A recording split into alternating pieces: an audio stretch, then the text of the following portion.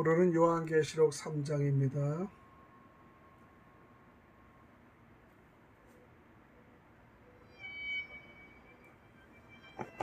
3장. 사대교회의 사자에게 편지하라. 하나님의 7영과 7별을 가지신 이가 이르시되, 내가 내 행위를 아노니 내가 살았다 하는 이름은 가졌으나 죽은 자로다. 너는 일깨어 그 남은 바 죽게 된 것을 굳건하게 하라. 내 하나님 앞에 내 행위의 온전한 것을 찾지 못하였노니, 그러므로 내가 어떻게 받았으며 어떻게 들었는지 생각하고 지켜 회개하라. 만일 일깨지 아니하면 내가 도둑같이 이르리니 어느 때에 내게 이르는지 내가 알지 못하리라. 그러나 사대에 그 옷을 더럽히지 아니한 자 몇 명이 내게 있어 흰옷을 입고 나와 함께 다니리니 그들은 합당한 자인 연고라. 이기는 자는 이와 같이 흰옷을 입을 것이요, 내가 그 이름을 생명책에서 결코 지우지 아니하고 그 이름을 내 아버지 앞과 그의 천사들 앞에서 시인하리라. 귀 있는 자는 성령이 교회들에게 하시는 말씀을 들을지어다. 필라델비아 교회의 사자에게 편지하라. 거룩하고 진실하사 다윗의 열쇠를 가지시니 곧 열면 닫을 사람이 없고 닫으면 열 사람이 없는 그가 이르시되, 볼지어다 내가 내 앞에 열린 문을 두었으되 능히 닫을 사람이 없으리라. 내가 내 행위를 아노니 내가 작은 능력을 가지고서도 내 말을 지키며 내 이름을 배반하지 아니하였도다. 보라, 사탄의 회당 곧 자칭 유대인이라 하나 그렇지 아니하고 거짓말하는 자들 중에서 며칠을 내게 주어 그들로 와서 내 발 앞에 절하게 하고 내가 너를 사랑하는 줄을 알게 하리라. 내가 나의 인내의 말씀을 지켰은즉 내가 또한 너를 지켜 시험의 때를 면하게 하리니, 이는 장차 온 세상에 임하여 땅에 거하는 자들을 시험할 때라. 내가 속히 오리니 내가 가진 것을 굳게 잡아 아무도 내 면류관을 빼앗지 못하게 하라.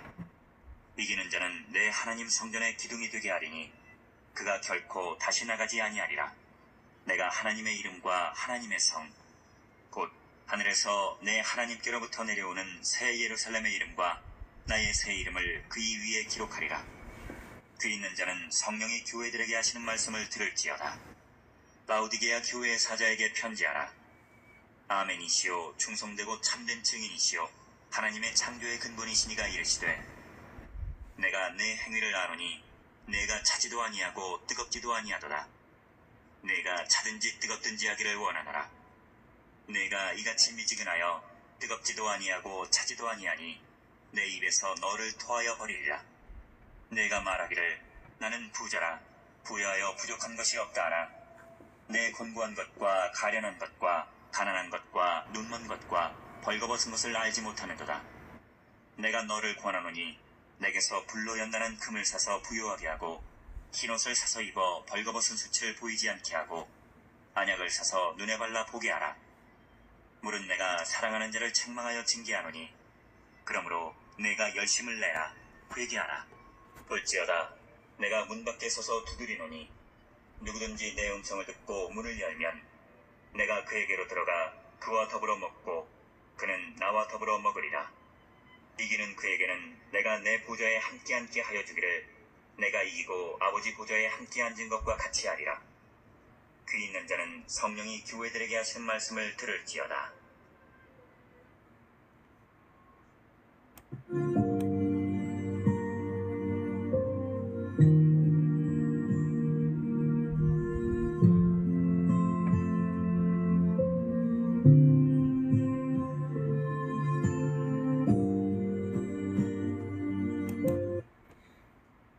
요한계시록 3장은 1절에서 22절인데요. 핵심적인 말씀은 소아시아의 7교회 중 나머지 4대 필라델비아, 라오디게아 교회에 대한 교훈으로서 전 시대 모든 교회에 적용할 수 있는 내용입니다. 첫 번째, 주님이 기뻐하시는 교회는 8절 10절에 보니까 주님이 기뻐하시는 교회는 제약에 물들지 않고 인내하는 교회, 계시록 2장 3절이죠. 그리고 충성을 다하며 끝까지 믿음을 지키는 교회, 계시록 2장 10절 13절입니다. 그리고 봉사와 사랑과 봉사가 있고 성장하는 교회이며 주의 이름을 부인하지 않고 주의 말씀을 잘 지키는 교회가 기뻐하신 교회다라는 거죠. 두 번째는 그리스도가 속히 재림하시는 목적은 3장 11절인데, 그리스도가 재림하시는 목적은 우상을 섬기는 자들을 공의로 심판하고 복음으로 사는 자들을 고난에서 구원하시기 위함입니다. 이에 우리는 주님이 주실 면류관을 바라보며 우리의 신앙을 지켜야 할 것입니다. 세 번째는 라오디게아 교회가 14절에 22절에 라오디게아 교회가 어떤 교회인가요? 라오디게아 교회가 주님께 책망받는 이유는 눈으로 볼 수 있고 돈으로 살 수 있는 것들을 눈으로 볼 수 없는 영원한 것보다 더 가치가 있다고 생각했기 때문입니다. 라오디게아 교회를 세운 사람은 에바브라인데요. 이 교회는 부와 사치로 그들의 육체적 안락함을 꾀하기는 했지만은 하나님과의 교제는 소홀히 했던 것입니다. 이는 인생의 가치가 사치와 안락이 아닌 예수 그리스도와 더불어 사는 자유와 진리에 있음을 교훈하는 것이죠. 그 다음에 사대교회는 3장 1절에 첫 절에 나오는데요. 사대교회는 살았다 하는 이름은 가졌지만은 죽은 교회였다고 합니다. 외형적으로는 모든 것을 구비하고 있었지만 내적으로는 진리에 대한 갈급함이나 생동감이 전혀 없었던 교회이기도 하죠. 이곳에서 이기는 자는 흰옷을 입게 될 것입니다. 이는 승리와 영광을 상징하고 예수 그리스도의 피로 구원을 얻으며 그리스도의 인격을 닮은 새 사람이 됨을 의미합니다. 또한 생명책에서 흐려지지 않게 하고 성도들이 하나님의 자녀요 천국 백성임을 확인시켜야 한다는 것입니다. 계시록 3장에 보면은 사대교회 상황은 이 당시 어땠을까요? 살았다는 이름을 가졌지만 죽은 교회라고 얘기합니다. 사대교회는 외형적으로는 모든 것을 구비하고 있었지만은 내적으로는 진리에 대한 갈급함이나 생동감이 전혀 없었던 교회입니다. 지금 대형교회도 아마 사대교회 같은 상황이 아닌가 생각합니다. 두 번째, 이기는 자의 축복은 무엇일까요? 3장의 5절 내용인데 흰옷을 입었다는 것입니다. 승리와 영광을 상징하기도 하고요. 이는 예수 그리스도의 피로 구원을 얻으며 그리스도의 인격을 닮은 새 사람이 된다는 의미가 이기는 자입니다. 이름이 생명책에서 흐려지지 않는다는 것은 죽음이 우리를 그리스도와 결코 분리시킬 수 없음을 의미하는 겁니다. 아버지와 천사들 앞에서 그 이름을 시인하심은 성도들이 하나님의 자녀여 천국 백성임을 확인시켜주는 것이죠. 네 번째는 주님이 기뻐하시는 교회는 8절에서 10절 내용인데, 제약에 물들지 않고 인내하는 교회가 기뻐하시는 교회이죠. 충성을 다하며 끝까지 믿음을 지키는 교회입니다. 계시록 2장 10절에서 13절 내용이고, 그 다음에 사랑과 봉사가 있고 성장하는 교회가 기뻐하시는 교회이죠. 계시록 2장 14절 19절입니다. 또한 주의 이름을 부인하지 않고 주의 말씀을 잘 지키는 교회입니다. 8절에서 10절입니다. 이것이 주님이 기뻐하시는 교회인 줄 믿습니다. 그러면 그리스도가 속히 재림하시는 목적은 무엇일까요? 3장의 11절인데요. 우상을 섬기는 자들을 공의로 심판하기 위하여, 또한 복음으로 사는 자들을 고난에서 구원하시기 위하여, 또 이에 우리는 주님이 주실 면류관을 바라보며 우리의 신앙을 지켜야 하기 때문에 그리스도가 속히 오시는 재림하시는 목적입니다. 또 라오디게아 교회가 주님께 책망받은 이유는 무엇일까요? 14절에서 22절까지 내용인데, 눈으로 볼 수 있고 돈으로 살 수 있는 것들을 눈으로 볼 수 없는 영원한 것보다 더 가치가 있다고 생각했기 때문입니다. 우리는 보는 게 무척 가치가 있습니다. 보이는 거에, 보이지 않는 거에서는 가치를 안 보입니다. 그러니까 세상에 이 모든 건 보이지만 보이지 않는 천국, 히든은 우리가 정말 가치가 있는데도 불구하고 우리는 보이는 것에 너무 치중한다는 것을 다시 한번 생각합니다. 이래서 라오디게아 교회를 세운 사람은 에바브라인데요. 이 교회는 부와 사치로 그들의 육체적 안락함을 꾀하긴 했지만은 하나님과의 교제는 소홀히 했던 것으로 보입니다. 이런 인생의 가치가 사치와 안락이 아닌 예수 그리스도와 더불어 사는 자유와 진리에 있음을 교훈하는 것입니다.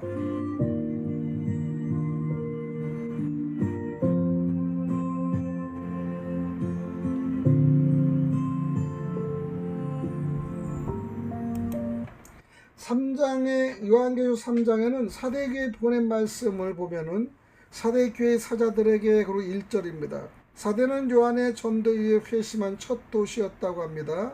기독교를 저버린 첫 도시라는 사람도 있습니다. 이 서신을 보낸 분, 주 예수 즉 하나님의 7영과 7뼈를 가진 이십니다. 첫 번째, 주님은 7영 즉 갖가지 권능을 소유한 성령을 가지고 계시다는 것이죠. 이 편지가 간 곳이 침체된 사역자이자 교회였기 때문에 이들은 그리스도께서 7영 즉 측량할 수 없고 완벽한 성령, 자기네들 가운데 주님의 역사가 부흥되도록 전념할 수 있는 그 성령을 가지고 계시다는 점을 매우 적절히 염두에 두었습니다. 두 번째, 주님은 7별 즉 교회의 천사들을 갖고 계시는데 성령께서는 보통 천사들의 사역에 의해 역사하십니다. 이 사역은 성령 없이는 아무런 효력이 없을 것입니다. 그리고 똑같은 거룩한 손이 이들을 모두 붙들고 계십니다.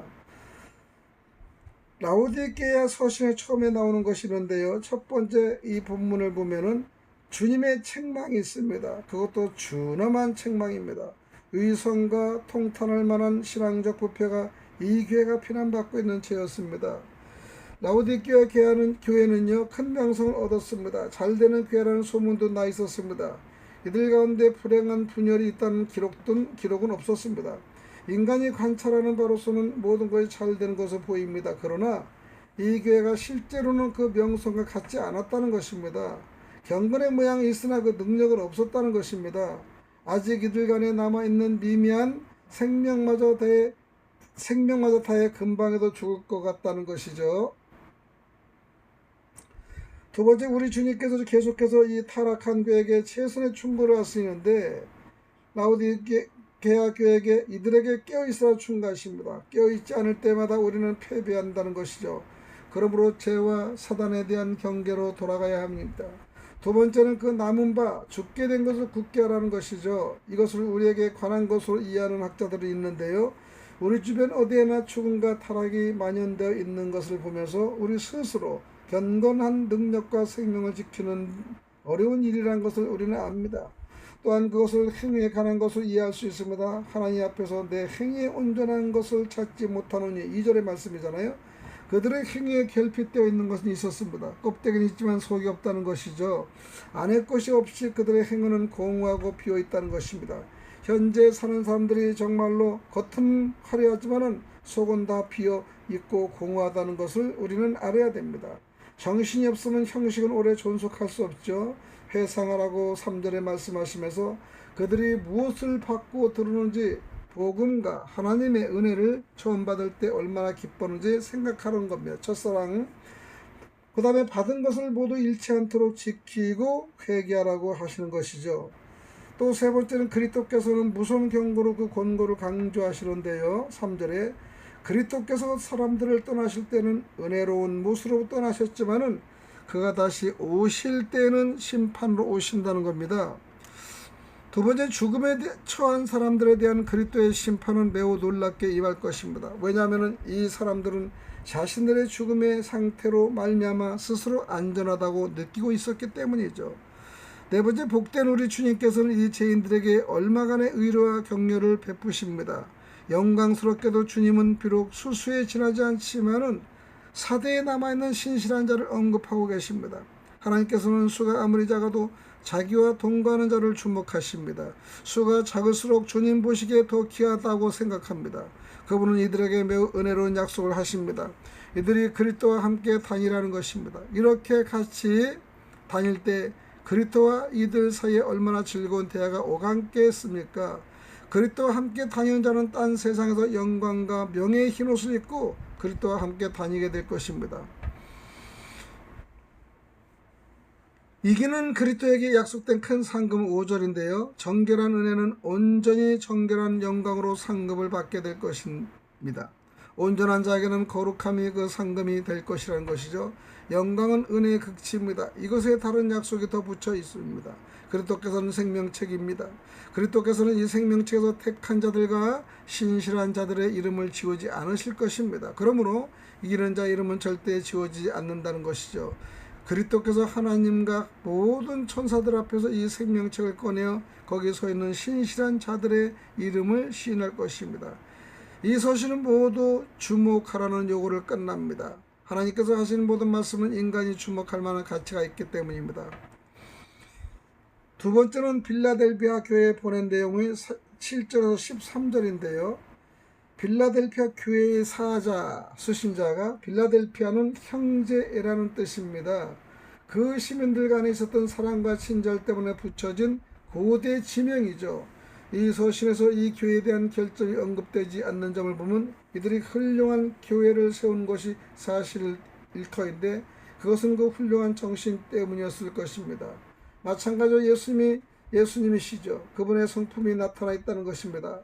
거룩하고 진실하사 본성이 거룩하시기 때문에 그분의 자신의 말씀에 진실하실 수밖에 없다는 것이죠. 그분의 통치 행위는요, 여시는 겁니다. 주님은 그의 교회에 대한 기회의 문을 열어주셨어요. 출입문을 열어주셨어요. 마음을 여시고요, 승리한 교회 내로 받아들이는 문을 여시는 겁니다. 두 번째는 문을 닫으십니다.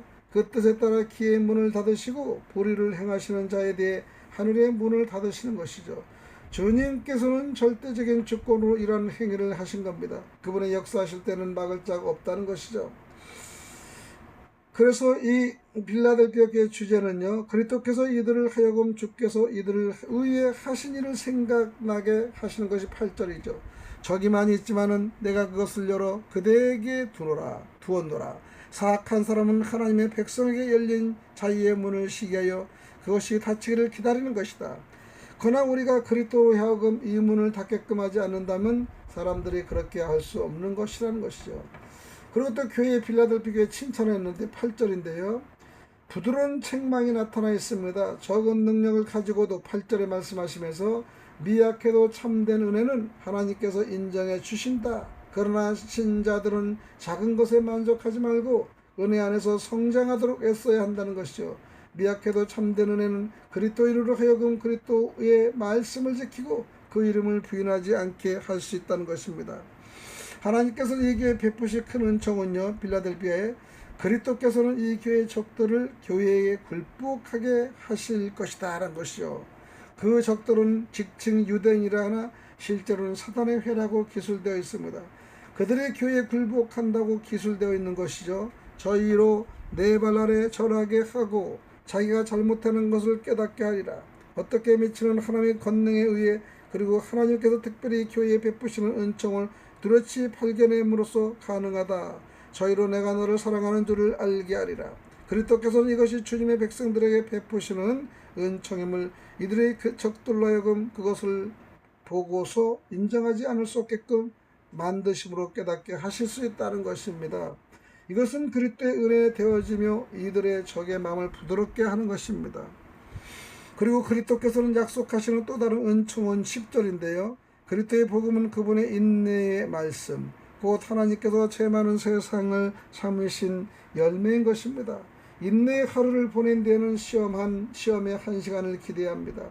평안할 때에 복음을 지키는 자들은 그리스도께서 시험의 기간에 붙드신 것입니다. 그리스도께서는 교회에게 견디라고 하십니다. 내가 가진 것을 굳게 잡아 너는 이 훌륭한 포물을 소했으니 굳게 잡으라. 보라, 내가 소익히 임하리라. 내가 시련을 당하고 있는 이들을 구원하고 이들의 충성에 상금을 주며 떨어져 나간 자들은 보라로 오리라. 견디는 그리스도인은 신앙을 고백하고도 다시 타락에 빠진 사람들로부터 노획물을 얻게 되리라 하시죠. 빌라델피아 교회의 마지막의 서신은요, 우리 구주께서는 이기는 성도에게 영광의 상금 두 가지를 약속하시는데, 첫 번째, 그는 하나님 성전의 기념비적인 기둥이 될 것이다.